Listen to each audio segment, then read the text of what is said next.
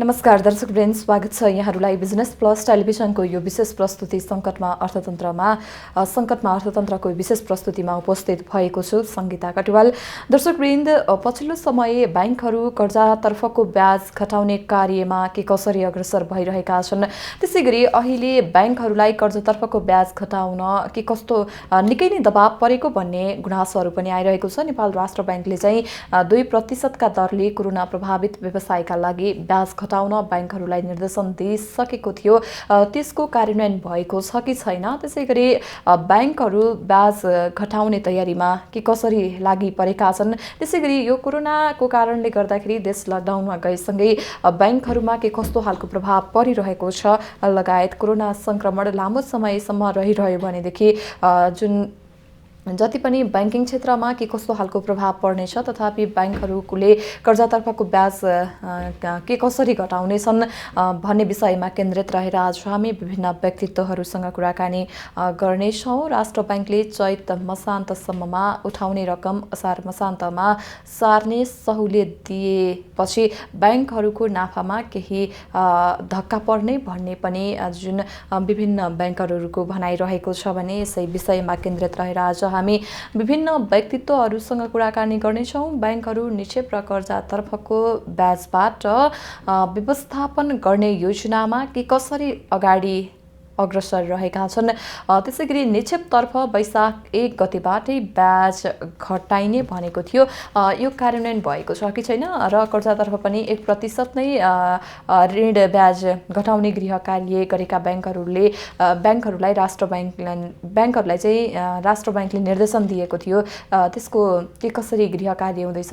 हाल ब्याङ्कहरूमा निक्षेपको 50% मुदती निक्षेपमा 30% बचत निक्षेप तथा 20% चल्ती र कल डिपोजिट तर्फको रकम रहेको पनि हामीलाई जानकारी प्राप्त भएको छ। नेपाल राष्ट्र ब्याङ्कले कोरोना प्रभावित क्षेत्रका ऋणीहरूको ब्याज दरमा 2% छोड दिन निर्देशन दिएको थियो, तर पनि उद्योगी व्यापारीहरूले त्यतिले पुग्दैन भन्ने एउटा गुनासो पनि रहिआएको छ र ब्याङ्कहरूले के कसरी कार्य अगाडि बढाउनेछन् भन्ने विषयमा केन्द्रित रहेर आज हामी विभिन्न व्यक्तित्वहरूसँग जोडिने प्रयासमा रहेका छौँ।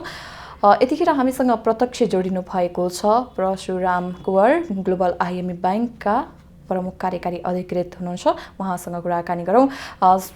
यहाँलाई स्वागत छ अधिकृतज्यू। Thank you सङ्गीताजी। यो जुन कोरोनाको सङ्क्रमण र लामो समयको लकडाउनले लगानी र कर्जा प्रवाहमा ठुलो असर पारिरहेको यो हामीले सहजै अनुमान गर्न सकिन्छ। अब ब्याङ्कहरूले कसरी अघि बढ्ने योजना बनाएका छन्? होइन, अब हामी हिजोबाट त हामीले सबै ब्रान्चेसहरू चाहिँ नि खोलिसकेका छौँ होइन। अब मेरो ब्याङ्कको कुरा गर्नुहुन्छ भने एउटा उदयपुरमा एकदमै भिडभाड भएको कारणले गर्दाखेरि हामीले काउन्टरहरू चाहिँ बन्द गर्नु पर्यो। वीरगञ्जमा चाहिँ नि हिजो आज चाहिँ खोल्या छ, तर अब वीरगञ्जको न्युज हाम्रो सुनिरहेको छैनौँ हामीले, तर आज चाहिँ खोल्या छौँ। हिजो चाहिँ नि हामीले खोल्न सकेका थिएनौँ। नेपालगञ्जमा चाहिँ नि हाम्रो पुष्पलाल चोकमा चाहिँ खोल्या चाहिँ छ, तर त्रिभुवन चोकमा चाहिँ नि त्यहाँ चाहिँ नि टोटली मुभमेन्ट, प्रशासनिक मुभमेन्टको कारणले गर्दाखेरि त्यहाँ चाहिँ बन्द छ। अदरवाइज हाम्रा 257 शाखाहरू चाहिँ नि हाम्रा ओपन चाहिँ छन्। अब योभन्दा अगाडि अब सुरुमा त काठमाडौँमै पनि 3-4वटा भन्दा बढी खोल्ने थियौँ काठमाडौँ उपत्यकामै। पछि गएर 20-22वटै हामीले शाखा खोल्न थालेका छौँ भने अहिले आजको दिनमा त काठमाडौँमा सबै शाखाहरू चाहिँ नि हामी खोलिरहेका चाहिँ छौँ। र प्रशासनले पनि के अरे हाम्रो ब्याङ्कको चिठी यति फलानु ठाउँबाट फलानु अफिस हो र यो टाइम त उहाँहरूले तोक्नु भएको छ, त्यो चिठीको आधारमा हाम्रो साथीहरू चाहिँ नि आउने जाने गरिराख्नु भएको छ। उहाँहरूले दिएको टाइममा अब 3:30 बजेदेखि 5 बजे बेलुका र बिहान चाहिँ 9 बजेदेखि 10:30 बजेको टाइमिङ छ। त्यो टाइमिङको बिचमा चाहिँ नि बिना रोकटोक चाहिँ साथीहरू आउने गर्नुभएको छ। अब पहिला त यो क्राइसिसको टाइममा सबैजना मान्छे कन्फ्युजन हुन्छन्। अब सुरुमा त हाम्रा साथीहरू पनि डिटेन्सनमा पर्नु भएको थियो। अहिले चाहिँ एभ्रिथिङ इज स्मुथली चाहिँ गइरहेको छ, तर लकडाउन छ, अझै पनि लकडाउन छ। लकडाउन भएको कारणले हामी तयारी भएर कस्टमरलाई सर्भिस गर्न तयार भए पनि अब ग्राहकहरू आउने कुरा चाहिँ भएन। तर ग्राहकहरूलाई हामी नआउनुहोस् नै भनिरहेको छौँ वास्तवमा होइन। लकडाउन छ, तपाईँहरू नआउनुहोस्, तपाईँहरू डिजिटल च्यानलबाटै ट्रान्जेक्सन गर्नुहोस्, होइन सबै चार्जेसहरू फ्री छ डिजिटल ट्रान्जेक्सनहरू गर्नलाई। केही लागेन भने एटिएम चलाउनु होला, हामी त अझ एटिएम पनि नचलाउनु भन्छौँ किनभने त्यो करेन्सी नोट्समै भाइरस हुनसक्छ। अब केही लागेन भने बल्ल काउन्टरमा चाहिँ आउने हो। अब यसरी नै म्यानेज गरेका चाहिँ छौँ। अब इकोनोमी एन्टायर इकोनोमी इम्प्याक्ट भएको छ भने ब्याङ्किङ इम्प्याक्ट नहुने भन्ने त प्रश्नै छैन। तर हामी ब्याङ्किङ चाहिँ इसेन्सियल सर्भिस भएको हुनाले ग्राहकहरूलाई सबै किसिमको सर्भिसेस दिन चाहिँ हामी कटिबद्ध चाहिँ छौँ र हामी त्यसरी नै लागिरहेका छौँ। हजुर, जस्तै यो यहाँले भनिसक्नुभयो यहाँहरूले जुन सर्भिसहरू ग्राहकहरूलाई दिनै रहेका छौँ भनेर भन्नुभयो, र ब्याङ्कहरूलाई चाहिँ कस्तो खालको प्रभाव पारेको छ यो लकडाउनले, जुन यो कोरोनाको प्रभावसँगै यो लकडाउन भएसँगै ब्याङ्किङ क्षेत्र? अब अघि पनि मैले भने सबै सेक्टर इम्प्याक्टेड भएपछि हामी पनि इम्प्याक्टेड हुन्छौँ होइन। अब हाम्रा कमिसनका चार्जेसहरू त जम्मै चाहिँ नि हाम्रो ड्राई अफै भइसक्यो, सुक्कै भइसक्यो होइन। तपाईँको एउटा हामीले यो लकडाउन सुरु हुनुभन्दा अगाडि नै चाहिँ नि एउटा ब्याङ्कको कस्टमरले अर्को ब्याङ्कको एटिएममा युज गरेर पैसा झिक्दाखेरि जुन चार्ज तिर्नु पर्थ्यो त्यो चार्ज हामीले लकडाउन अगाडि नै हामीले वेभ गरिसकेका थियौँ, चार्ज नलाग्ने भनिसकेका थियौँ होइन। त्यसै गरेर डिजिटल ट्रान्जेक्सन्सहरू सबै खालका डिजिटल ट्रान्जेक्सन्सहरूमा चाहिँ नि वेभ चार्जेसहरू छुट दिने भनेर हामीले लकडाउनभन्दा अगाडि नै निर्णय गरिसकेको चिज हो होइन, गरिसकेका थियौँ। अब त्यो सबै गयो। रेमिटेन्स चाहिँ नि सुखिरहेछ, रेमिटेन्स पनि गयो। लकडाउन छ, खासै धेरै एलसी कारोबारहरू पनि भइरहेका चाहिँ छैनन्, अब त्यो कमिसन पनि गयो। अब कस्टमरहरूलाई साउँ ब्याज तिर्नको लागि चाहिँ राष्ट्रिय ब्याङ्कले समय दिएको छ, असार महिनासम्मको लागि समय दिएको थियो। पहिला चैतको किस्तालाई मात्रै असार भनेको थियो भने अहिले वैशाख र जेठको किस्तालाई पनि असार भनेर भनेको छ। अब त्यो ब्याज पनि आइरहेको छैन। अब तर हाम्रो डिपोजिटरलाई राख्नेलाई त हामीले ब्याज दिनै पर्यो, उहाँहरूलाई हामी असारमा दिन्छौँ अहिले त दिन्नौँ भन्ने कुरो नै आउँदैन। कर्मचारीलाई तलब दिनै पर्यो, घर भाडा तिर्नै पर्यो, बिजुलीको बिल तिर्नै पर्यो, सो खर्च चाहिँ नि जस्तोको तस्तै छ। अब आम्दानी यति जम्मै सुकिसकेपछि तपाईँ आफै कल्पना गर्न सक्नुहुन्छ ब्याङ्कको हालत के भयो होला। हजुर, जस्तै निजी क्षेत्रका व्यवसायीहरूले चाहिँ राखेका विभिन्न मागहरू जस्तै ब्याङ्कहरूको आधार दर 5%मा झार्नुपर्ने लगायत जुन स्प्रेड दर 3%मा ल्याउनुपर्ने आदिमा तपाईँहरूको प्रतिक्रिया चाहिँ के रहेको छ नि? अब यसमा प्रतिक्रिया जनाइराख्नुपर्ने कुरा चाहिँ होइन। अब हाम्रा ग्राहकहरू जो तपाईँले व्यवसायीहरू भन्नुभयो उहाँहरू हाम्रो ग्राहकहरू हो। हाम्रो ग्राहकहरू मर्कामा पर्नु भएको छ। मर्कामा परिसकेपछि मलाई यो सुविधा चाहियो, मलाई यो सुविधा चाहियो भनेर माग राख्ने भन्ने कुरो त्यो स्वाभाविक पनि हो। र उहाँहरूको मागलाई चाहिँ नि ध्यानमा राखेर राष्ट्रिय ब्याङ्कले तपाईँहरूले चाहिँ नि चैत महिनामा कायम भएको ब्याजमा 2%ले चाहिँ नि यो वैशाख जेठ असार 3 महिना चाहिँ हेरिदिनुहोस् न भनेर चाहिँ नि भनेर भन्नुभएको हो। राष्ट्रिय ब्याङ्कलाई धेरै कुरो पुरै कुरो थाहा छ, हाम्रा सबै कुराहरू उहाँलाई थाहा छ, डेटाहरू। अब यो तपाईँहरूले चाहिँ 6-7 महिनासम्म 7-8 महिनासम्म ठिकठाकै थियो। तपाईँको यो 3 महिना तपाईँलाई नोक्सान हुन्छ थाहा छ, नोक्सान हुन्छ हामीलाई होइन। हामीले तपाईँको चैतकै ब्यालेन्स सिट हेर्नु हो भने चैतको क्वार्टरमा चाहिँ ब्याङ्कहरू लस भएको त देखिएको छ त्यहाँ होइन। अब त्यो हुँदाहुँदै पनि यति एउटा 3 महिना चाहिँ हेरिदिनुहोस् न त भनेर चाहिँ नि राष्ट्रिय ब्याङ्कले गरेको जस्तो मैले बुझिया चाहिँ छु। यो धेरै लामो समयसम्म जाला जस्तो मलाई लाग्दैन, किनभने बेस रेटको फर्मुला छ त्यहाँ। अब त्यो बेस रेटमा छ नि त होइन, बेस रेट यसरी क्यालकुलेसन गर्ने भन्ने छ। र मेजर पार्ट चाहिँ नि कस्टमरलाई तिर्ने हाम्रो डिपोजिटरलाई तिर्ने ब्याजको पोर्सन छ। अब बेस रेट घटाउनको लागि कस्टमरलाई ब्याजै नदिने हो, हामीले डिपोजिटरलाई ब्याजै नदिने हो। अब सर्वसाधारण जनतालाई खाइ नखाइराखेको डिपोजिटमा म ब्याजै दिन्न भनेर भन्दाखेरि चाहिँ नि अब त्यो कतिको न्यायोचित हुन्छ, त्यो कतिको जस्टिफाएबल हुन्छ। मलाई लाग्छ चाहिँ नि हाम्रा ग्राहकहरू जो हाम्रो कर्जका ग्राहकहरू हुनुहुन्छ उहाँहरूले पनि डिपोजिटरलाई भयङ्करै मारेर यो गर्नुहोस् भनेर भन्न खोज्नु भएको होइन। उहाँहरूको बटम लाइन चाहिँ जस्तो भयो नि अरू देशमा पनि ठुल्ठुला प्याकेजहरू आएका चाहिँ छन् होइन।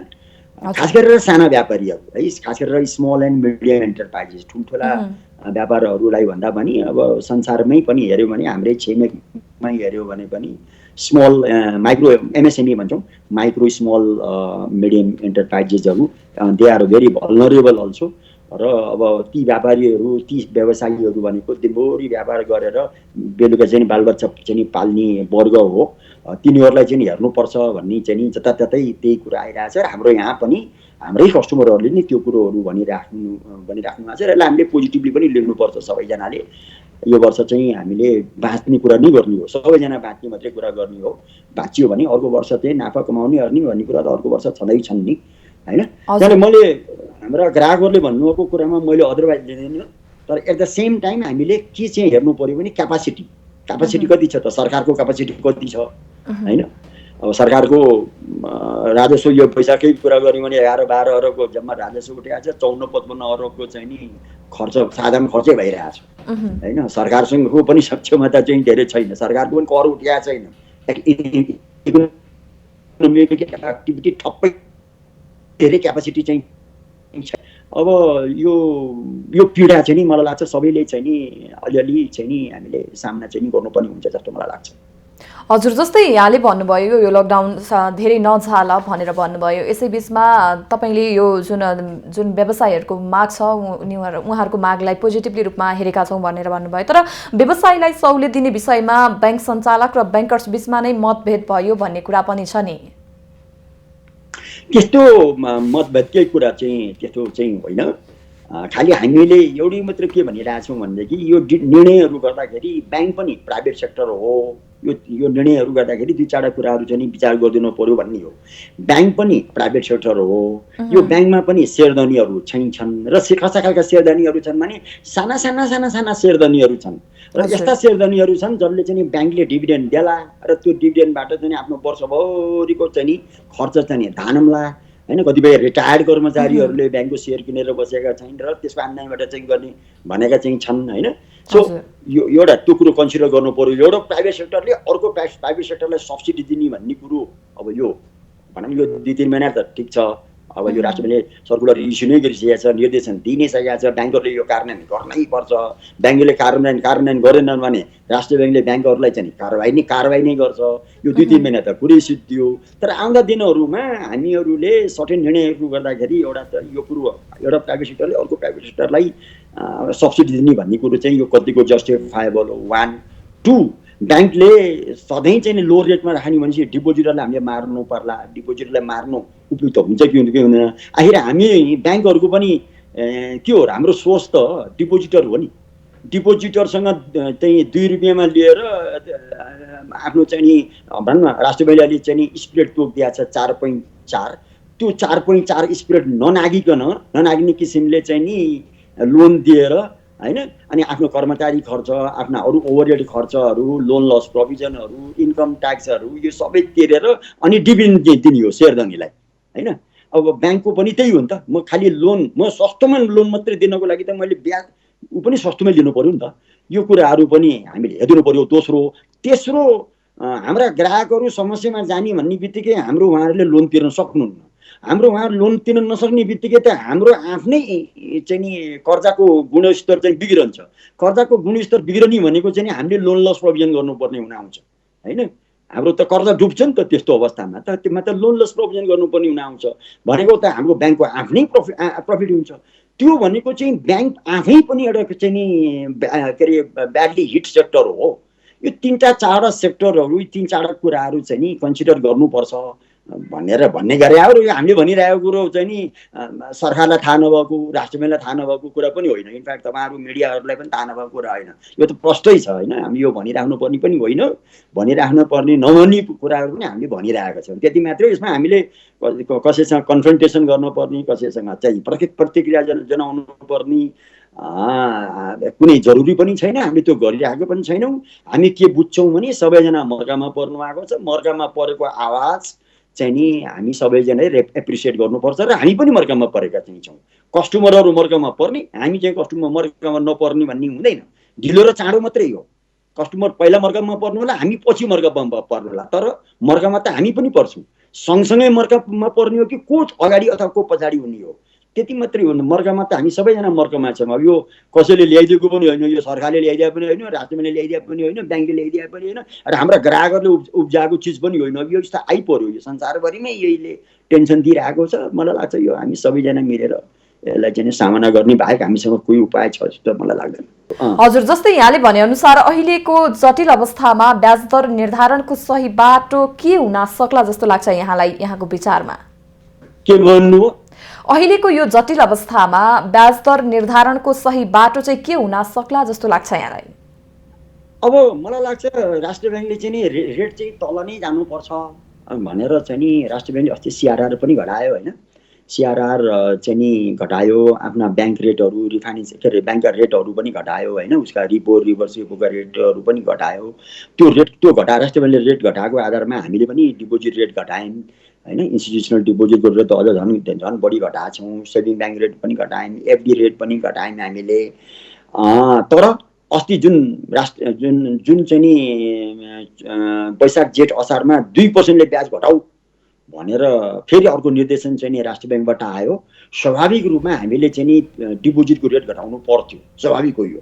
तर हामीले घटाएन होइन, हामीले घटाएन। किन घटाएन भने सर्वसाधारण जनतालाई मार्नु हुँदैन होइन। र अझै पनि हाम्रो चाहिँ नि इन्फ्लेसन 6.7% को चाहिँ स्प्रेड इन्फ्लेसन चाहिँ छ होइन। यो इन्फ्लेसनलाई तल झार्ने राष्ट्रिय ब्याङ्कले कोसिस गरिरहेको छ, झर्ला पनि होइन। किनभने हाम्रो अब सबैभन्दा चाहिँ नि ओइलको डिमान्ड ज्यादा छ। अब ओइलको प्राइस पनि घटिरहेछ। अब यो कन्जम्सन घटेको हुनाले हाम्रो ओइल पनि चाहिँ नि त्यति चाहिँ नि हामीले इम्पोर्टको पनि गर्नु नपर्ला होइन। त्यस कारणले गर्दाखेरि चाहिँ नि इन्फ्लेसन ओइलसँग रिलेटेड इन्फ्लेसनहरू पनि नआउला होइन। अब कोसिस चाहिँ क्लियरली देखिन्छ राष्ट्रिय ब्याङ्कले इन्फ्लेसनलाई घटाउने, इन्ट्रेस्ट रेटलाई तलै राख्ने। र इन्ट्रेस्ट रेट घट्यो भने हाम्रो लागत घट्छ, हाम्रा व्यापारीहरू, हाम्रा व्यवसायी, हाम्रा ग्राहकहरूले उत्पादन गर्ने उत्पादनको लागत घट्छ। लागत घट्यो भने हामीले चाइना र इन्डियाबाट आउने सामानसँग हामी कम्पिटिसन गर्न सक्छौँ र हाम्रो व्यापार घट्ने हो। यो सिधा हिसाब छ। त्यो लागत घटाउनै पर्छ कुनै हालतमा है। र हामी पनि आफै लागिरहेछौँ कसरी हाम्रो इफिसियन्सी इम्प्रुभ हुन्छ, कसरी हाम्रो लागत बढ्ला के अरे घट्ला। अनि यो लागत घट्यो भने त्यो बेस रेटमा त्यो लागतको पोर्सन पनि छ त्यो। अनि त्यो बेस रेट घट्यो भने फाइदा हुने फेरि हाम्रो ग्राहकहरूलाई नै हो। त्यस कारणले गर्दाखेरि अब हामीले कतिको गर्न सक्छौँ होइन यो इन्ट्रेस्ट रेट घटाउने, यो कतिको गर्न सक्छौँ अब त्यो आफ्नो ठाउँमा छ। अब अस्ति भर्खरै आइएमएफले चाहिँ नि यो वर्ष चाहिँ नि इन्फ्लेसन 7.5% को भनेर भनेको छ आइएमएफले। उसले के आधारमा त्यसो भनेको हो। तर हामीले हेर्दाखेरि राष्ट्रिय ब्याङ्कको चाहिँ कदम हेर्दाखेरि चाहिँ नि क्लियरली के देख्छौँ भनेदेखि उहाँहरूले यो इन्ट्रेस्ट रेटलाई डाउनै राख्ने चाहिँ नि मनस्थिति चाहिँ हामी देखिरहेको चाहिँ छौँ। तर कतिको सफल हुनसक्छ भन्ने कुरो त अब त्यो टाइमले देखाउने हो। हजुर, जस्तै अलिकति बजेटको कुरा पनि गरौँ। 2077-78 को बजेटमा सरकार तयारीमा जुटेको छ। बजेटमा के कुरालाई प्राथमिकता दिनु पर्ला जस्तो लाग्छ यहाँलाई? अब मिडियामा आइ नै राखेको चाहिँ छ है। अब मलाई लाग्छ यो कोभिडले सिकाएको हामीलाई दुईटा मेजर कुरा सिकाएको जस्तो लाग्छ। एउटा त हेल्थ सेक्टरमा चाहिँ हामीले सरकारी लगानी पनि राम्रै लगानी हुनुपर्ने रहेछ र प्राइभेट सेक्टरलाई पनि खास गरेर यो फार्मास्युटिकल औषधि भनौँ न, औषधि अथवा औषधिसँग रिलेटेड हाम्रा विभिन्न एक्सेसरिजहरू अथवा मेडिकल इक्विपमेन्ट्सहरू उत्पादन गर्नलाई प्राइभेट सेक्टरलाई चाहिँ नि इन्करेज गर्नुपर्ने रहेछ भन्ने कुरो चाहिँ नि हामीले सिकेको हुनुपर्छ। आजको दिनमा कोही मान्छेसँग पैसा छ भन्दैमा बिरामी भयो भने म अमेरिकामा उपचार गर्न जान्छु भनेर चाहिँ नि अब जान सक्ने स्थिति छैन।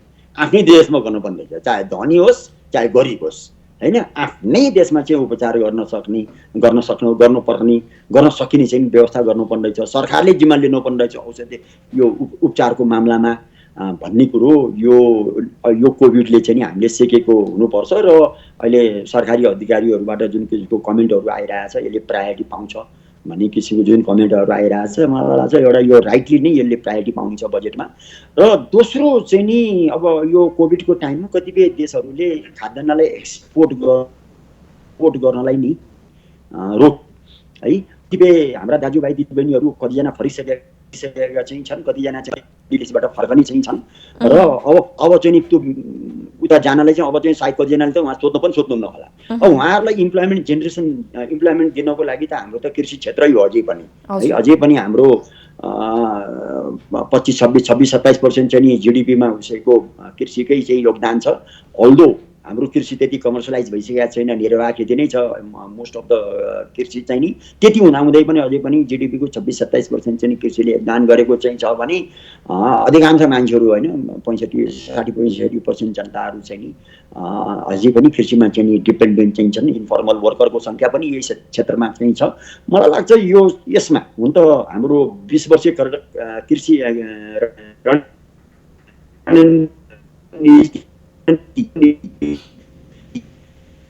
लागू लागू भइसक्यो। 15 वर्ष चाहिँ त्यो प्रभावकारी कार्यान्वयनमा जानेछ र मलाई लाग्छ चाहिँ कृषि क्षेत्रले चाहिँ बजेटमा राम्रै खालको चाहिँ प्रगति के अरे प्राथमिकतामा राखिनेछ जस्तो चाहिँ मलाई लाग्छ। दुईवटा चाहिँ मेजर हुन्। अब अर्को चाहिँ अब हामी ब्याङ्किङ सेक्टरको तर्फबाट त हामीले सुझाव पनि दिइरहेका चाहिँ छौँ कि चाहिँ यो डिजिटाइजेसनलाई चाहिँ प्रमोट गर्नु पर्यो। हुन त पोहोरदेखि नै सरकारले डिजिटल ट्रान्जेक्सन युज गर्यो भने भ्याटमा सर्टेन पर्सेन्टेज चाहिँ फिर्ता गर्ने भनेर त्यो कार्यान्वयनमा आइ नै सकेका चाहिँ छ। यसलाई अझ बढावा दिनुपर्छ भन्ने किसिमको हाम्रो सुझाव चाहिँ छ र यो यो चाहिँ सरकारले चाहिँ यसलाई चाहिँ पोजिटिभली लिइराखेको चाहिँ छ। यो अब आउँदाका दिनमा हामीले डिजिटाइजेसनलाई चाहिँ प्रमोट गर्नु हो। मैले अघि भने जस्तै हामी हाम्रो ग्राहकहरूलाई सकेसम्म आउँदै नआउनुहोस्, तपाईँहरू ब्याङ्कमा आउँदै नआउनुहोस्, घरमै बसी ट्रान्जेक्सन गर्नुहोस् भनेर भन्नु हो। अब धेरै बिजनेसेसहरू त्यस्तै हुनेवाला चाहिँ छन्। अब न्यू नर्मल हुनेवाला चाहिँ छ। पुरानो नर्मल हुनेवाला छैन, अब न्यू नर्मल हुनेवाला चाहिँ छन्। अब हुनसक्छ कतिपय मान्छेहरू चाहिँ सपिङ मलमा सपिङ गर्न नजालान्, इ कमर्स चाहिँ प्रमोट होला, घरमै डेलिभरी होला, डेलिभरी गर्ने बिजनेसेसहरू चल्नुका लागि अब होइन। अब यस्तै आवश्यकता अनुसार नै गभर्मेन्टको पोलिसिजहरू, फिस्कल पोलिसिजहरू, मोनिटरी पोलिसिजहरू आउने हुन् र सर्वसाधारण जनताले पनि यही अनुसार चाहिँ आफ्नो बिहेभियरहरू चेन्ज गर्दै जाने हो। बिहेभियर पनि अब न्यू बिहेभियर हुँदै जान्छ। हजुर, जस्तै बजेट मार्फत ल्याइने राहत र सहुलियत चाहिँ कस्तो हुनु पर्ला यहाँको विचारमा? हजुर, बजेट मार्फत ल्याइने राहत र सहुलियत चाहिँ कस्तो हुनु पर्ला यहाँको विचारमा? अब मेरो विचारमा चाहिँ नि म personally if you ask me, म धेरै एक्सपेक्ट त गर्दिनँ, किनभने गभर्मेन्टको धेरै क्यापासिटी छ जस्तो मलाई लाग्दैन। हेर्नुहोस्, अब रेमिटेन्स घट्ने बित्तिकै हाम्रो इम्पोर्ट घट्छ र इम्पोर्ट धेरै जस्तो हाम्रो इम्पोर्टसँग रिलेटेड हाम्रा रेभेन्यूहरू छन्, त्यो रेभेन्यू नै तल गइसकेका हुन्छ। साधारण खर्च हाम्रो अहिले नै एकदमै हाई छ। अब त्यो साधारण खर्चलाई चाहिँ नि हाम्रो राजस्वले दिइरहेको थिएन। अब त्यो झन् राजस्व घट्दाखेरि त्यो राजस्व मिट गर्नलाई कतिको चाहिँ नि गाह्रो, कतिको सहिलो हुन्छ मलाई थाहा चाहिँ नि। हामी सजिलै अन्दाज गर्न सक्छौँ। म चाहिँ धेरै एक्सपेक्ट गर्दिनँ। तर ह्याभिङ सेड द्याट, स्पेसली एमएसएमइजहरूमा है, माइक्रो स्मल मिडियम एन्टरप्राइजेसहरूमा पक्कै पनि सरकारले केही न केही एउटा केही प्याकेजहरू चाहिँ नि ल्याउँछ कि जस्तो मलाई लाग्छ। र अर्को चाहिँ नि इन्फर्मल वर्कर्सहरू जो छन् होइन, अब हुन त हामीसँग त्यति राम्रो रेकर्ड पनि छैन। अब इन्फर्मल वर्करलाई म राहत बाँड्छु भनेर सरकार टक्रियो भने पनि राहत नचाहिने मान्छे पनि लाइनमा बस्यो भने तिमीले पाउँदैनौ भनेर भन्न सक्ने स्थिति पनि छैन हाम्रो अहिले। अब यसमा पनि हाम्रो आउँदा दिनहरूमा सुधार चाहिँ होला। यो खास गरेर यो स्मल वर्गरहरू, यो विकर वर्गमा चाहिँ नि गभर्मेन्टले चाहिँ नि राहतको चाहिँ नि केही ल्याउँछ जस्तो लाग्छ। अदरवाइज चाहिँ धेरै धुमधाम ठुलो चाहिँ नि प्याकेज चाहिँ नि मैले चाहिँ नि एक्सपेक्ट गरेको चाहिँ छैन, किनभने गभर्मेन्टसँग त्यो क्यापासिटी छ जस्तो मलाई लाग्दैन। ऋण पनि हुन त हाम्रो ऋण लिने क्यापासिटी त छ, हाम्रो जिडिपीको जम्मा 30-32% मात्रै हो हाम्रो क्यापासिटी त छ। तर कसले दिने? सबैको आफ्नो चाहिँ नि आफूले चाहिँ नि आफ्नो समस्यामा परिरहेका चाहिँ छन्। अब आइएमएफबाट चाहिँ अस्ति 26 अरब 214 मिलियन डलर चाहिँ आउने भनेको छ, तर त्यो बिओपीलाई सपोर्ट गर्ने भन्नलाई हो, उसलाई होइन, कोभिडलाई होइन। अब वर्ल्ड ब्याङ्कले अस्ति 2 अरब डलर चाहिँ नि स्याङ्सन गरेको छ 25वटा देशको लागि होइन। त्यो 25वटा देशमा हामी परेनौँ है। साउथ एसियामा चाहिँ नि हामी र भुटान परेनौँ, अरू 6वटा देशहरू परे। त्यो 2 अरब डलर मध्ये 1 अरब त इन्डियालाई जाँदैछ, त्यो कोभिडसँग रिलेटेड सहायता हो। अब हामीलाई चाहिँ नि वर्ल्ड ब्याङ्कले योभन्दा नि अगाडि चाहिँ स्याङ्सन गरिसकेको लोन चाहिँ नि तिमीहरूले त्यसैलाई युज गर नि त भन्ने खालको चाहिँ नि हामीले त्यस्तो खालको चाहिँ स्वीकृति पाएका चाहिँ छौँ। हुन त अब वर्ल्ड ब्याङ्कले अर्को एउटा 160 बिलियन डलर 160 अरब डलरकोमा काम गर्दैछ अगाडि, त्यो अर्को 14-15 महिनासम्म डिस्बर्समेन्ट गर्ने। अब त्यसमा हामी पक्कै पनि हामी पर्छौँ होला। तर चाहिँ नि म इफ आक्चुली म धेरै चाहिँ नि एक्सपेक्ट चाहिँ नि मैले चाहिँ नि गरेको चाहिँ छैन। तर expectation is very very high होइन। यहाँ मर्कामा परेको मान्छेहरूले सरकार त गार्जियन हो होइन, सरकारले यो गरिदिनुपर्छ उ गरिदिनुपर्छ भन्ने चाहिँ नि के अरे एक्सपेक्ट गर्नु स्वाभाविक हो। तर म चाहिँ नि क्यापासिटी छ, त्यति धेरै धुमधाम क्यापासिटी छ जस्तो चाहिँ मलाई चाहिँ नि लाग्दैन। हस्, यहाँलाई समय र संवादका लागि धन्यवाद। Thank you very much. दर्शकवृन्द, हामीसँग प्रत्यक्ष जोडिनु भएको थियो ग्लोबल आइएमएफ ब्याङ्कका परशुराम कुमार ज्यू हुनुहुन्थ्यो। उहाँले ब्याङ्किङ क्षेत्रमा जुन पछिल्लो समयमा यो सङ्कटको समयमा देखिएका समस्याहरू के छन् ब्याङ्किङ क्षेत्रमा लगायत अब आउने बजेटमा के कस्ता कुराहरूलाई पहिलो प्राथमिकतामा राखिनुपर्छ, कोरोनाको सङ्क्रमण र लामो समयको लकडाउनले लगानी र कर्जा प्रवाहमा के कस्तो खालको असर परिरहेको छ, त्यसै गरी निजी क्षेत्रका व्यवसायीहरूले राखेका विभिन्न मागहरू जस्तै ब्याङ्कहरूको आधार दर, त्यसै गरी स्प्रेड दर कति 3% ल्याउनु पर्ने आदि का प्रतिक्रियाहरूमा रहेर उहाँले हामीलाई प्रतिक्रिया दिइरहनु भएको थियो। त्यसै गरी व्यवसायीलाई सहुलियत दिने विषयमा ब्याङ्क सञ्चालक र ब्याङ्कर्स को भनाइ के रहेको छ लगायतका विषयमा हामीसँग केन्द्रित रहेर कुराकानी गरिरहेका थियौँ। दर्शकवृन्द, आज हामी विशेष गरी केन्द्रित रहेका छौँ पछिल्लो समयमा यो कोरोनाको प्रभावले गर्दाखेरि देश लकडाउनमा रहिसँगै ब्याङ्किङ क्षेत्रमा के कस्तो खालको प्रभाव परेको छ, त्यसै गरी अब आउन लागिरहेको 77-78 को बजेट कस्तो हुनुपर्छ र पहिलो प्राथमिकतामा कुन कुन कुरालाई राखिनुपर्छ र ब्याङ्किङ क्षेत्रका आगामी जुन रणनीतिहरू के हुनेछन् लगायतका विषयमा केन्द्रित रहेर हामी विभिन्न व्यक्तित्वहरूसँग कुराकानी गरिरहेका छौँ। यसै क्रममा हामी विभिन्न व्यक्तित्वहरूसँग को कुराकानी यहाँहरू माझमा राख्ने प्रयासमै रहेका छौँ। दर्शकवृन्द, यतिखेर देश लकडाउनमा रहिसँगै अहिले जुन यो कोरोनाको सङ्क्रमण विभिन्न देशमा फैलिएसँगै नेपालमा पनि फैलिएको छ। यसको जुन त्रास नेपालमा पनि दिन प्रतिदिन बढ्दो क्रममा रहेको छ।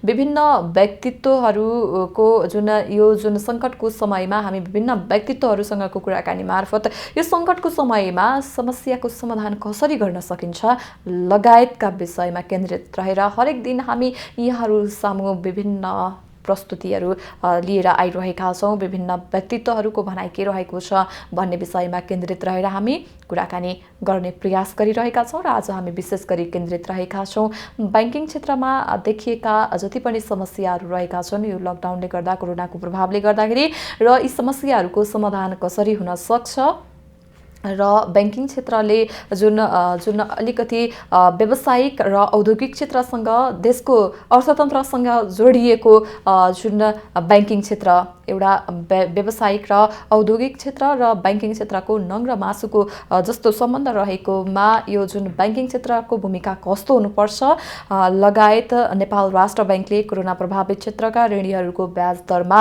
2% छुट दिन निर्देशन दिएको थियो। यो कतिको कार्यान्वयन भएको छ र व्यवसायीहरूले अझै पनि 2%ले पुग्दैन भन्ने मागहरू राखिरहेका छन् र यिनीहरूको विषयमा ब्याङ्करहरूको भनाइ के रहेको छ भन्ने विषयमा केन्द्रित रहेर हामी विभिन्न व्यक्तित्वहरूसँग कुराकानी गरिरहेका छौँ। यतिखेर हामीसँग प्रत्यक्ष जोडिनु भएको छ अनलराज भट्टराई हुनुहुन्छ, ब्याङ्किङ विज्ञ। हामी उहाँसँग कुराकानी गरौँ। विज्ञज्यू, यहाँलाई स्वागत छ। नमस्कार। हजुर, जस्तै कोरोनाको सङ्क्रमण र यो लामो समयको लकडाउनले लगानी र कर्जा प्रवाहमा चाहिँ ठुलो असर पारिरहेको छ, यो हामी सबैलाई अवगत नै छ। अब ब्याङ्करहरूले कसरी अघि बढ्ने योजना बनाउनुपर्छ जस्तो लाग्छ यहाँलाई? पहिला त ब्याङ्किङ सेक्टरले आफ्नो हेल्थको लागि विचार गर्नुपर्छ। सबैभन्दा ठुलो ब्याङ्किङ सेक्टर एकदमै सबल रहनुपर्छ। यसमा चाहिँ नेपालको अवस्था हेर्ने हो भने नेपालको जिडिपी भन्दा पनि ठुलो साइजको ब्याङ्किङ सेक्टरमा सम्पत्ति छ। करिब 44 खरबको सम्पत्ति छ भने हाम्रो जिडिपी 37 खरब जतिको छ। त्यो अवस्थामा ब्याङ्किङ सेक्टरमा तर क्रेडिट पनि कर्जा पनि करिब 31 खरबको हाराहारीमा छ। यसले गर्दा हामी एकदमै ब्याङ्किङ सेक्टरमा केही चिज खराबी भयो भने हामी एकदमै अप्ठ्यारो अवस्थामा पुग्छौँ। त्यही भावनाले सबैको चाहिँ के विचार हुनु पर्यो, ब्याङ्किङ सेक्टरलाई अब चाहिँ कसरी स्थायित्व ल्याउने। कतिपय ठाउँमा हेर्नुहुन्छ भने हाम्रो ब्याङ्किङमा पनि 2015 भैँचालो आएपछिको समयदेखि यो 5 वर्षको दौरानमा एकदमै ओभर अप्टिमिजम, एकदमै बढी उत्साहित भएर चाहिँ कर्जा प्रवाह भएको देखिन्छ।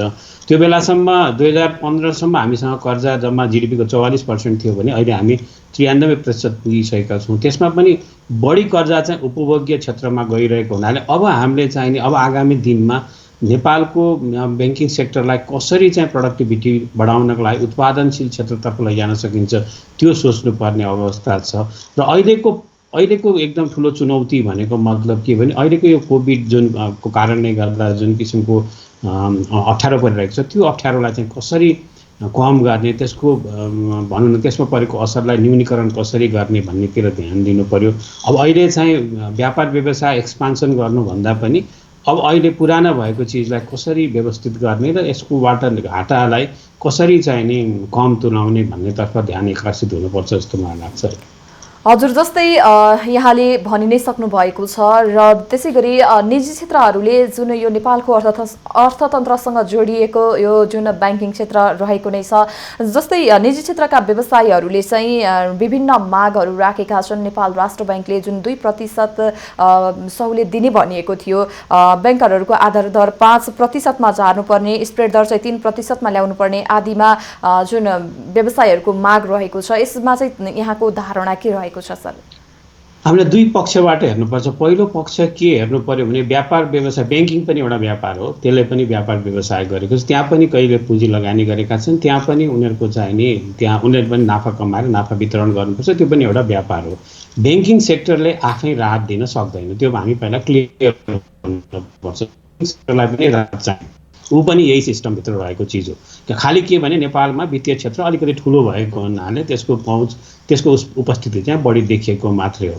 अहिलेको अवस्थामा नेपाल राष्ट्र ब्याङ्कले 2% ब्याजमा कटौती गर्नको लागि निर्देशन दिएको अवस्थामा ब्याङ्किङ सेक्टरको करिब 32 खरब रुपियाँ हाम्रो जुन रिक्स एसेट्स भन्छौँ त्यसलाई कर्जामा दिएको सम्पत्तिलाई 2% को हिसाबले हेर्ने भने वार्षिक 60 अरब रुपियाँसम्म उनीहरूले चाहिँ नि त्योबाट घाटा हुन सक्ने सम्भावना छ। भनौँ न अहिले 2 महिनालाई हुन्छ, 4 महिनालाई हुन्छ भने कति महिनालाई हुन्छ, यो सिस्टम कसरी बस्छ भन्ने कुरा भिन्दै कुरा, तर वार्षिक हिसाबले हेर्न 60 अरब रुपियाँ जस्तो उनीहरूलाई असर पर्छ। भने ब्याङ्किङ सेक्टरको प्रोफिटेबिलिटी करिब 100 अरब रुपियाँ जतिको छ। त्यो अवस्थामा ब्याङ्किङ सेक्टरले त्यत्रो ठुलो छुट दिन सक्दैन। तर त्यो साथसाथै पनि ब्याङ्किङ सेक्टरको अरू पनि अहिलेको अवस्थामा अरू आय पनि कम भएको अवस्था छ। अब योमा हामीले के गर्नु पर्यो, सबै तर्फबाट छुटको व्यवस्थापन गर्नु पर्यो। यसमा नेपाल सरकारले सबैभन्दा ठुलो राहत प्याकेज ल्याउन सक्नुपर्ने अवस्था छ, किनभने राहत प्याकेज ब्याङ्किङ सेक्टरले राहत दिने भन्ने चाहिँ सम्भव म कहीँ पनि देख्दिनँ, सायद विश्वभरि कहीँ पनि त्यो सम्भव छैन। त्यही भावनाले अब फिस्कल सपोर्ट, अब नेपाल राष्ट्र ब्याङ्कले मोनिटरी सपोर्ट गर्नु पर्यो ब्याङ्किङ सेक्टरलाई। 2% अब जुन अहिले ब्याज कटौती गर्न लागेको छ त्यसमा सपोर्ट गरिदिनु पर्यो। एकातर्फ नेपाल सरकारले पनि ट्याक्समा कटौती गरेर त्यसलाई कम्पेन्सेट गरिदियो भने अनि त्यो पनि व्यापार व्यवसायलाई ट्रान्सफर हुन सक्छ। अब व्यापार व्यवसायमा पनि समस्या के छ भन्दाखेरि व्यापार व्यवसाय पनि एक किसिमले हेर्ने हो भने उनीहरू सबैले चाहिँ आफ्नो अहिलेको अवस्थामा पारदर्शी भएर प्रोफिटेबिलिटी पनि राम्रैसँग रिपोर्टिङ गरेर ट्याक्स बुझाएरै बसिरहेको अवस्थामा उहाँहरूलाई पनि व्यापार व्यवसायलाई पनि एउटा सहज किसिमको वातावरण सिर्जना गर्नु पर्यो। किनभने हेर्नुहुन्छ भने नेपालमा अधिकांश रोजगारी दिने साना तथा मझौला, जसमा चाहिँ करिब 32 लाखभन्दा बढी मानिस इन्भल्भ छन् भने अरू सेक्टरमा पनि त्यति नै मानिसहरू इन्भल्भ छन् जति हामीले रोजगार दिइरहेको छ। त्यसलाई रोजगारलाई सुरक्षित गर्नको लागि ती साना तथा मझौला र ठुला अर्गनाइजेसन सबैलाई चाहिँ अहिले नगद प्रवाहको असर परेको हुनाले नगदको आवश्यकता छ। यो अवस्थामा उहाँहरूको नगद प्रवाह कसरी कम गराउन सकिन्छ, त्यो अब्लिगेसनहरू कम गराउन सकिन्छ, जस्तो ऋण भुक्तानी गर्नको लागि समय थप गरिदिने, ब्याज दर कम जुन कटौती गर्ने प्रयास भएको छ त्यो पनि भिन्दै कुरा हो। त्यस्तै करमा दिने पनि करलाई पनि केही हदसम्म पछाडि सारिदिने, यो विभिन्न किसिमको हामीले उपायहरू गर्न सक्छौँ। अब यसमा अब नेपाल सरकारको पनि हेर्नुहुन्छ न, तेस्रो पक्ष नेपाल सरकार पनि हेऱ्यो भने नेपाल सरकारसँग पनि त्यति ठुलो स्रोत र साधन भएको चिज छैन। हामी कहाँ पनि अहिलेकै अवस्थामा हेर्नुहुन्छ भने अब राजस्व उठ्न कम भएको पनि निकै समय भइसकेको छ। यो अवस्थामा सरकारले पनि दिइरहन सबै सुविधा दिन सक्ने अवस्थामा त छैन। तैपनि के भने अब तिनै पक्ष ब्याङ्किङ सेक्टर, व्यापारिक पक्ष र नेपाल सरकार तिनटै मिलेर चाहिँ के हदसम्म एउटा प्याकेज डेभलपमेन्ट गर्यो भने त्यसले चाहिँ सुविधा होला। अब अहिलेको अवस्थामा सबैभन्दा ठुलो चाहिँ नेपाल सरकारले कस्तो किसिमको राहत प्याकेज ल्याउन सक्छ, त्यसमा चाहिँ सबै वित्तीय क्षेत्र, व्यापारिक क्षेत्र सबै नै त्यसैको लागि हामी सबैजना हाउस होल्डमा बस्ने, हामी घर व्यवहारमा सबै चलाएर बसेको जनसाधारण पनि त्यसैमा पनि अहिले केन्द्रित भएर बसिरहेको छ। हजुर, जस्तै अलिकति टपिक चेन्ज गरौँ। यो जुन अहिलेको अवस्थामा चाहिँ जुन सरकार यतिखेर 77-78 को बजेटको तयारीमा जुटेको छ, बजेटमा के कुरालाई पहिलो प्राथमिकतामा राखिनुपर्छ यहाँको विचारमा? अब चाहिँ यो वर्षको बजेटमा सबैभन्दा ठुलो कुरा स्वास्थ्यको लागि विचार गर्ने, किनभने सरकारको प्रमुख दायित्व भनेको जनताको स्वास्थ्यलाई चाहिँ सुरक्षित राख्ने र उपचार गराउने अवस्था सिर्जना गरिदिनु पर्ने। यो वर्षदेखि चाहिँ नेपाल सरकार मात्र विश्वको सबै सरकारले चाहिँ स्वास्थ्य क्षेत्रमा बढी रकम लगानी गर्ने, त्यो क्षेत्रलाई बढी प्रभावकारी बनाउनु पर्ने चाहिँ देखिन्छ।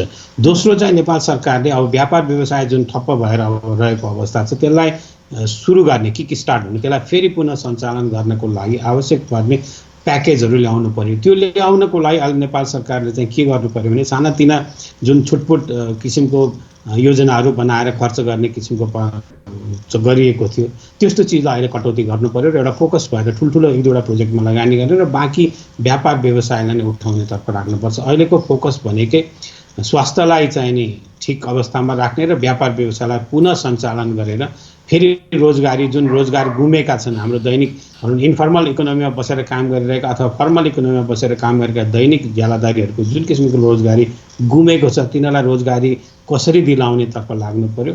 यसमा यो 3 चिजमा चाहिँ बढी फोकस गर्नु पर्यो। स्वास्थ्य, त्यसपछि व्यापार व्यवसाय र रोजगारी सिर्जना, 3टा कुरामा फोकस हुनुपर्ने देख्छु। हजुर, जस्तै यहाँले भनेअनुसार जुन बजेटमा के कुरालाई प्राथमिकतामा राखिनुपर्छ भन्ने विषयमा केन्द्रित रहेर यहाँले हामीलाई जानकारी गराइ नै सक्नु भएको छ। त्यसैगरी आर्थिक गतिविधिमा आएको मन्दीका कारण ऋणीहरूको कर्जा तिर्न सक्ने क्षमतामा अलिकति कमी आउने हो कि जस्तो पनि देखिन्छ। कर्जा जोखिम बढ्ने सम्भावना चाहिँ यहाँले कतिको पाउनुहुन्छ? समग्रमा हेर्दा जब नगद प्रवाहमै सङ्कुचन आउँछ र नगद प्रवाह नै हुँदैन र व्यापार व्यवसाय ठप्प रहन्छ, त्यो अवस्थामा व्यापार व्यवसायमा जोखिम बढ्नु भनेको एउटा साधारण सिद्धान्त हो। त्यो चाहिँ अवश्य पनि बढेको देखिन्छ।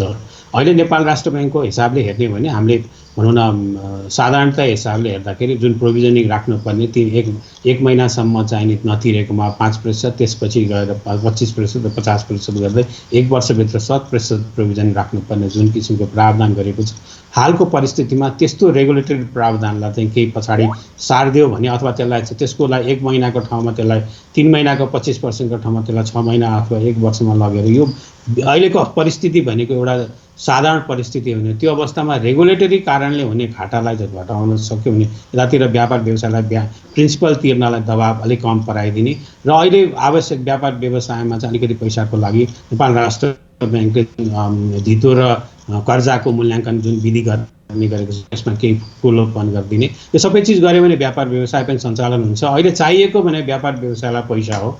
यदि व्यापार व्यवसायलाई नै हामीले सपोर्ट गर्न सकेनौँ, यदि व्यापार व्यवसायलाई नै त्यसलाई चलायमान गर्न सकेनौँ, नेपाल सरकारको राजस्व पनि आउँदैन, जनताले रोजगारी पनि पाउँदैन।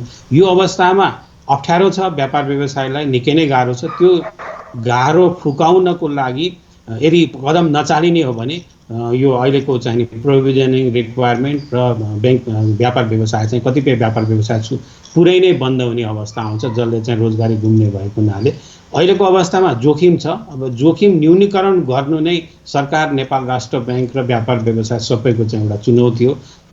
यसलाई अवसरको रूपमा लिन सक्नु पर्यो। यो एउटा फेरि ठुलो अवसर पनि हुनसक्छ। यसले चाहिँ नि हाम्रो मुलुकलाई अहिले आर्थिक क्रान्ति, कृषि क्रान्ति, विभिन्न किसिमको क्रान्तिमा लैजान सक्ने सम्भावना पनि छ। त्यसले गर्दाखेरि विचार के गर्नु पर्यो भने घाटा हुनसक्छ, त्यसलाई हामीले कसरी कम गर्नेतर्फ ध्यान दिनु पर्यो। हस्, धन्यवाद यहाँलाई समय र संवादका लागि। धन्यवाद छ मलाई पनि बोल्न दिनु। दर्शकवृन्द, हामीसँग प्रत्यक्ष जोडिनु भएको थियो अनलराज भट्टराई। उहाँ ब्याङ्किङ विज्ञ पनि हुनुहुन्थ्यो र जुन ब्याङ्किङ क्षेत्रमा देखिएका समस्याहरू, त्यसै गरी व्यवसायको मागलाई कसरी सम्बोधन गर्नुपर्छ लगायत 77-78 को बजेटमा सरकार जुटेको छ। जुन सरकारले बजेट ल्याउँदाखेरि कुन कुन क्षेत्रलाई पहिलो प्राथमिकतामा राखिनुपर्छ भन्ने विषयमा केन्द्रित रहेर हामीसँग कुराकानी गरि नै रहनु भएको थियो। दर्शकवृन्द, आज हामी विशेष गरी केन्द्रित रहेका छौँ ब्याङ्किङ क्षेत्रमा देखिएका समस्याको समाधान कसरी हुन सक्छ लगायत जुन निजी क्षेत्रको माग ब्याङ्करहरूको भनाइ के रहेको छ, निजी क्षेत्रको मागलाई ब्याङ्कहरूले के कसरी समाधान गर्न सकिन्छ लगायत विभिन्न विषयमा केन्द्रित रहेर हामी कुराकानी गरि नै रहेका छौँ। अर्थतन्त्रसँग जोडिएको ब्याङ्किङ क्षेत्रको आगामी आउने नीतिहरू के कस्तो हुनुपर्छ लगायतका विषयमा केन्द्रित रहेका छौँ। यतिखेर हामीसँग प्रत्यक्ष जोडिनु भएको छ कृषि विकास बैंकका प्रमुख कार्यकारी अधिकृत अनिल कुमार उपाध्यायजी हुनुहुन्छ। हामी उहाँसँग कुराकानी गरौँ। स्वागत छ यहाँलाई। हस्, धन्यवाद सङ्गीताजी। जस्तै यतिखेर सङ्कटको समय छ, वैशाख महिना पनि सकिन लाग्यो। कृषि विकास बैंकको कामहरू कसरी चलिरहेको छ, जानकारी गराइदिनुहोस्। अब हामी लकडाउन भएदेखि नै हाम्रो चाहिँ अधिकांश शाखाहरूलाई हामीले रोटेसनमा अब चाहिँ खोल्नुपर्छ, यसलाई चाहिँ गतिशील बनाउनुपर्छ भनेर चाहिँ अत्यावश्यक सेवा पनि भएको र अत्यधिक मात्रामा मसिना ग्राहकहरू भएको बैंक हामीसँग आबद्ध भएको, शाखा पनि बढी भएको, त्यसैले प्रत्येक जिल्लामा उपस्थिति जनाइकन सहरमा अलिक बढी सङ्ख्यामा पालो पालो गरेर हामीले चाहिँ कारोबारलाई निरन्तरता दिँदै आयौँ र पछिल्लो समयमा हामीले करिब करिब सबै ब्रान्चहरूलाई हामीले खोलेर केही निश्चित समय पालो पालो गरेर सञ्चालन गरिरहेका छौँ। हजुर, जस्तै कृषि विकास बैंक चाहिँ अर्ध सरकारी बैंक पनि हो, यसले सरकारको पनि प्रतिनिधित्व गर्छ। सरकारले दिने सेवा सुविधालाई यो बैंकले कसरी लागू गर्दैछ? अब निश्चित पनि तपाईँको प्रश्नले हाम्रो कारोबारलाई प्रष्ट पार्छ। हामीले अहिलेको दिनमा कोभिडको प्रभाव परिसकेपछि उल्लेखनीय मात्रामा हामीले चाहिँ हाम्रो सेवालाई जस्तो सरकारी राजस्वको वा चाहिँ इसिसीका पेमेन्टहरूलाई पनि हेर्ने हो भने 55 अरब जतिको ट्रान्जेक्सन चाहिँ त्यही सेक्टरमा छ भने मोबाइल ब्याङ्किङका माध्यमबाट हामीले करिब 1.5 लाख ट्रान्जेक्सन त मोबाइल ब्याङ्किङबाट गरेका छौँ। एटिएमबाट पनि 50,000 ट्रान्जेक्सनहरू छ। एमाउन्टको सङ्ख्या हेर्दाखेरिमा करिब 1 खरबभन्दा बढी हामीले चाहिँ ट्रान्जेक्सन यो पिरियडमा हामीले गऱ्यौँ। यो भनेको अत्यावश्यक सेवालाई पनि भयो र सरकारका राजस्वदेखि लिएर विभिन्न चाहिँ कारोबार गर्ने चाहिँ व्यक्ति सङ्घ संस्थाहरूले पनि आफ्नो कुनै माध्यमबाट कतै टेलरमै आएर काउन्टरमै आएर कतै चाहिँ डिजिटल सिस्टमबाट चाहिँ उहाँ कारोबारलाई हामीले निरन्तर सफल भए जस्तो लाग्छ हामीले। जस्तै बैंकका आफ्नै सहुलियत र राहतका कार्यक्रमहरू पनि होलान्। यो लकडाउनका बेला यी सेवा सुविधालाई कसरी लागू गरिरहनु भएको छ यहाँहरूले?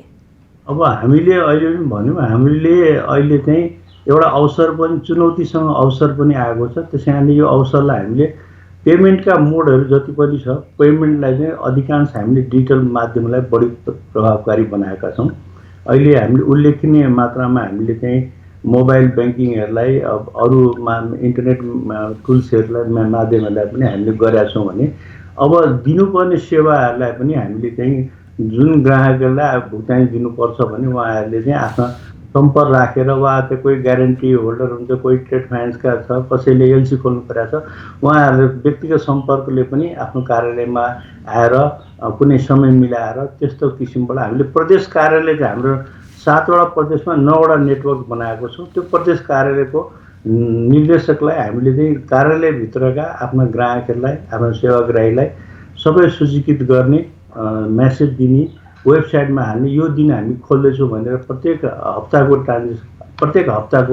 कतिवटा कार्यालय खुल्छ त्यो सबै हामीले सूचना सम्प्रेषण गरेर यसरी दिनुपर्ने सुविधाहरू। अब ब्याज दर पनि हामीले गएकै महिनामा कृषिमा हामीले उल्लेखनीय बेस रेटबाट पनि तल ल्याएर हामीले कृषिलाई बढी प्राथमिकता दिएको छौँ। त्यस्तै अन्य उद्देश्यलाई पनि वैशाखदेखि नै हामीले लागू गरिसकेको अवस्था छ। केही अझ घटाउनु पर्ने क्रममा छौँ। त्यो अहिले राष्ट्र ब्याङ्कको निर्देशनलाई पनि सम्बोधन गर्ने गरी एकातिर त्यो गरेका छौँ, अर्कोतिर पेनाल्टी नलाग्ने व्यवस्थादेखि लिएर यी सबै कुरा जुन राष्ट्र ब्याङ्कले हामीलाई दिएको छ, तोकेको निर्देशन दिएको छ, त्यसलाई टेकेर हामीले काम गरिरहेका छौँ। हजुर, जस्तै यहाँले अवगत गराइ नै सक्नु भएको छ, कृषि विकास बैंकका चाहिँ अलिकति धेरै शाखा भएको बैंक पनि हो भनेर भन्नुभयो। यसरी धेरै शाखा भएको ग्रामीण भेगसम्म छरिएको भएको हुनाले जुन डिजिटल ब्याङ्किङबाट डिजिटल कारोबारबाट चाहिँ सेवा सुविधाहरू पनि दिँदै आएका छौँ भनेर भन्नुभयो। जस्तै यो सहरमा त जुन यो लागू भयो होला सम्बन्धी यो जुन नेटको पहुँच भएको ठाउँमा यसको जुन लागू भयो होला, तर यो ग्रामीण भेगमा चाहिँ यो जुन डिजिटल कारोबार कतिको प्रभावकारी भएको पाउनुभयो यहाँले? अहिले युवाहरूमा एउटा आकर्षण चाहिँ छ हैन, युवाहरूमा एउटा आकर्षण चाहिँ हामीले चाहिँ उल्लेखनीय रूपमा पाएको छैनौँ हैन। अब त्यो हेर्ने हो भने अब सहरमा चाहिँ अत्यधिक छ। अहिले हामीले चाहिँ यही बिचमा कोभिडको पिरियडमा सेल्फ रेजिस्ट्रेसनको मोडलहरू पनि ल्यायौँ। त्यसले खाता हुने जति पनि ग्राहक छ उहाँहरूले अहिले उल्लेखनीय दिनको 100 देखि 150 सम्म एभरेजमा 125-30 वटा चाहिँ एभ्री डे चाहिँ सेल्फ रजिस्ट्रेसन छ मोबाइल ब्याङ्किङको। यो भनेको तलसम्म हामीले चाहिँ हाम्रो नेटवर्क भन्नु करिब अनलाइन ब्याङ्किङ करिब नेपालको 77 जिल्लामा एउटा दुईटा जिल्ला बाहेक सम्पूर्णमा हाम्रो नेटवर्कले काम गरिरहेको छ। यो सबै कुरा हेर्दाखेरिमा बाहिर त त्यति आवश्यकता कम छ, सहरमै हो अनलाइनको बढी अर्डर दिने, पेमेन्ट गर्ने, क्युआर मोडलबाट पेमेन्ट गर्ने, त्यो फुडलाई भयो, पसलमा भयो, यी सबै कुराहरू अनलाइन भने बढी सम्भावना र बढी चाहिँ प्रयोग हुने चाहिँ सहरकै भेगमा हो। गाउँमा त त्यति साह्रो आवश्यकता हुँदैन। त्यही पनि हामीले गरेको अब इन्टरनेट सेवालाई मोबाइल जहाँ छ त्यहाँबाट चाहिँ एकदमै हाम्रो चाहिँ रजिस्ट्रेसनहरू बढाएको छ, सेल्फ रजिस्ट्रेसन भएको छ। अहिले उल्लेखनीय रूपमा हामीले भन्ने हो भने करिब हाम्रो हाराहारी 3 लाखको सङ्ख्यामा चाहिँ मोबाइल ब्याङ्किङको हामीसँग ग्राहकहरू चाहिँ जोडिसक्नु भएको छ। कोभिडले गर्दा प्रभावकारी भएको छ। भनेपछि यो जुन डिजिटल कारोबार चाहिँ प्रभावकारी भएको छ भनेर भन्न सकिन्छ। हजुर, हाम्रो अहिले चाहिँ गत यस आर्थिक वर्ष सुरुवातदेखि नै हामीले गएको वर्षदेखि नै हामी कृषिसँग अरूलाई जोड्ने हैन, कृषिलाई नछोड्ने अरूलाई जोड्ने भनेको हामीले अरू प्रविधि भनेको प्रविधिलाई पनि जोड्ने, अरू सुविधाहरूलाई पनि जोड्नुपर्छ, कृषिसँग जोडेर अरू चिजलाई पनि सँगसँगै लैजानुपर्छ भन्ने एउटा भित्रबाट हामीले एउटा अभियानको रूपमा काम गरिरहेको थियौँ। त्यसले अलिकति सार्थकता यो समयमा लिन पाएको छ। हजुर, जस्तै कर्जाको ब्याज निर्धारणमा अझै पनि अन्योलता छ भनेर भनिन्छ, यो के होला अलिकति प्रश्न बनाइदिनुहोस्। कस्तोको मैले प्रश्न बुझिनँ। जस्तै कर्जा ब्याज निर्धारणमा चाहिँ अझै पनि केही अन्योलता छ भनेर भनिन्छ नि। निश्चित पनि यो चुनौतीपूर्ण छ, किनभने हाम्रो चाहिँ अहिलेको समयमा आम्दानी चाहिँ हुन नसक्ने अवस्था, असारसम्मको यही परिवेशमा आम्दानीको सम्भावना कम छ। कारोबारहरू अरू कारोबारहरू कर्जा वृद्धि गर्ने कुराहरू पनि सम्भावना अहिले देखिएको छैन। अब खुलेर बजार चलेपछि त्यसले अर्को कोर्स लिएला। अब भएको ब्याज लिन नपाउने, त्यसपछि अब त्यो सबैलाई हामीले चाहिँ यो भोलि चाहिँ अब त्यहाँ चाहिँ प्रोभिजनमा नपर्ने तर त्यसले चाहिँ अरू कोर्सहरू अरू सिस्टमहरूलाई अपनाउनु पर्ने, त्यहाँ एउटा हाम्रो नोक्सानको व्यवस्थाहरू हामीले ट्याक्सको त्यहाँ चाहिँ समस्या चाहिँ देखिन्छ, त्यसले त्यो प्रभाव पारेको देखिन्छ। भोलि त्यो ट्याक्सले चाहिँ छोड्दैन, ट्याक्सको सिस्टममा पर्छ। यतातिर त्यो छ भने अहिले हामीले निक्षेपमा ब्याज दर घटाए पनि यसको कालान्तरमा मुद्दतीको पोर्सनहरू चाहिँ इन्डस्ट्रीमा भनौँ न इन्स्टिट्युसनल डिपोजिट अब एफडीको पोर्सनलाई हेर्नु भने आधी पैसा चाहिँ इन्डस्ट्रीमा यो महँगो खालको कस्टको छ। तर लङ टर्ममा अहिले तपाईँ सर्ट टर्म र लङ टर्मको एनालाइसिस गर्ने हो भने सर्ट टर्ममा अहिलेको दिनमा हामीले ब्याज दर घटाउँदाखेरिमा हाम्रो चाहिँ आम्दानी पनि असुल नपाउने, ब्याज दर घटाएर लिनुपर्ने भन्दाखेरिमा यसले एउटा अन्यल चाहिँ ब्याङ्किङ इन्डस्ट्रीमा एउटा अन्यल बनाएको छ। एउटा एक किसिमको अन्तर्द्वन्द्व चाहिँ आफैमा अन्तर्द्वन्द्व भएको छ। हामी आफै एउटा चिन्तित छौँ। इन्डस्ट्रीमा ब्याङ्किङ सेक्टर सर्भाइभ गरेपछि कस्टमर पनि सर्भाइभ हुन्छ। हामी सफल भएपछि सरकारलाई पनि केही यसमा रिसोर्स वा त्यसमा इन्टरनल बोरिङका कुराहरू, ट्याक्सको बेनिफिटहरू आउँछ। यो सबै कुराहरूसँग एकले अर्कोसँग जोडिएको छ। ब्याङ्किङ इन्डस्ट्री भनेपछि ब्याङ्क पनि सर्भाइभ हुनु पऱ्यो, सेयर होल्डरलाई पनि उसले पनि प्रतिफल केही न केही त लिन खोज्छ। अहिलेको हामीले रिटर्न हेर्ने हो भने 15% को एभरेजमा रिटर्न देखिएको छ। यही लास्ट इयर चाहिँ 25% थियो भनेपछि त्यहाँ नै सङ्कुचन छ। अब सङ्कुचन आइसकेको छ, एक्सपेक्टेसन बजारमा साना साना लगानीकर्ता सेयर होल्डर छ, त्यो पनि एउटा चुनौती छ। भनेपछि अब प्रतिफल लिने उतातिर चाहिँ कर्जाकैतिर दिने भने उहाँहरूको चाहिँ अहिलेको व्यवसाय छैन, व्यापार छैन, उहाँहरूलाई पनि गाह्रो छ। त्यस कारण यसमा चाहिँ राज्यबाट हामी सबै ब्याङ्कले पनि केही छोड्ने, जस्तो अहिले हामीले शुल्कहरू नलिने भनेको छौँ नि त। डिजिटल ट्रान्जेक्सन नलिने, एटिएममा नलिने, शुल्कहरू नलिने भनेको छौँ। 15 लाखभित्र कुनै पनि शुल्क लाग्दैन। अब कृषि विकासमा कुरा गर्ने भने 85-86% त हाम्रो 15 लाख मुनिको कर्जा छ। हामीले 15 लाखको त शुल्क त हिजोदेखि लिन पाइरहेको छैनौँ। यो सबै कुराले गर्दाखेरिमा सर्भाइभ गर्ने कुरा पनि एउटा चुनौती छ। तर यसको मतलब कोभिडको यो महामारीमा हामीले कमाउने भन्दा पनि सस्टेन गर्ने, सर्भाइभ गर्ने सबभन्दा ठुलो सर्भाइभ गर्ने टुल्समा त्यसका अवधारणाहरू के छन्, कसरी सर्भाइभ, ग्राहक पनि सर्भाइभ हुने र ब्याङ्क पनि सर्भाइभ हुने र हाम्रो सरकारले पनि राहत दिन सक्ने यी सबैको तीनटाको फ्युजन गरेर हामीले मिलाएर लैजान सक्यो भने हाम्रो यो कुशलता चाहिँ यही बेलामा देखाउनु पर्ने हुन्छ। हजुर, जस्तै यहाँ कृषि विकास बैंकसँग सम्बन्धित रहनुभएकाले गर्दाखेरि मैले एउटा क्वेसन गरिहालेँ यहाँलाई। कृषि क्षेत्रमा बैंकहरूको लगानी बढ्दो क्रममा रहेको छ, जुन अहिलेको अवस्थामा हेर्ने हो भनेदेखि पनि अन्य क्षेत्रहरू, धेरै क्षेत्रहरू जुन यो कोभिड-19 को क्षेत्रमा जुन पनि औद्योगिक क्षेत्रहरूमा यसको प्रभाव परि नै रहेको छ, तर कृषि क्षेत्रमा बैंकहरूको लगानी पनि बढ्दो छ र लगानी जोखिम छ कि छैन कृषि क्षेत्रमा? अलिकति यो प्रश्न बनाइदिनुहोस्।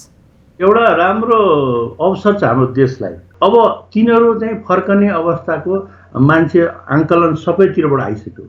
त्यो आङ्कलन अवस्था छ। अनि त्यसले के भयो, हाम्रो यतातिर उत्पादन क्षेत्रमा लाग्ने युवा जनशक्तिहरू पलायन भएको कारणले गर्दाखेरिमा हाम्रो कृषि चाहिँ निर्वाहमुखी थियो, व्यवसायीकरण थिएन। दर्शकवृन्द, हामीसँग हुनुहुन्थ्यो अनिल कुमार उपाध्याय, उहाँ कृषि विकास बैंकको प्रमुख कार्यकारी अधिकृत हुनुहुन्थ्यो।